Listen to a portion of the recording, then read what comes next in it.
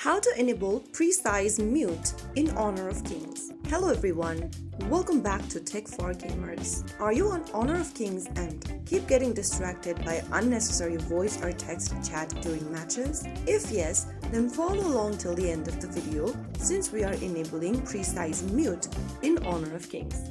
First of all, launch open Honor of Kings game on a device and wait for the lobby screen to load. Once you're in the lobby screen, go to the top right corner and tap on the gear button. This will open up settings menu. From the left hand side menu, click on In Match.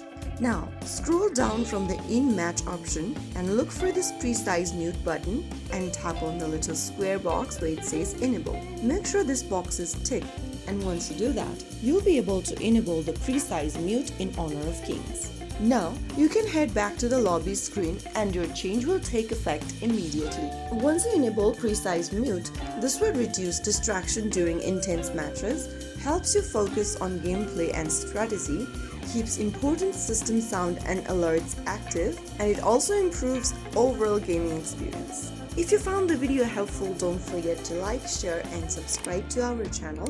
I will be back again in the next episode. Thank you for watching.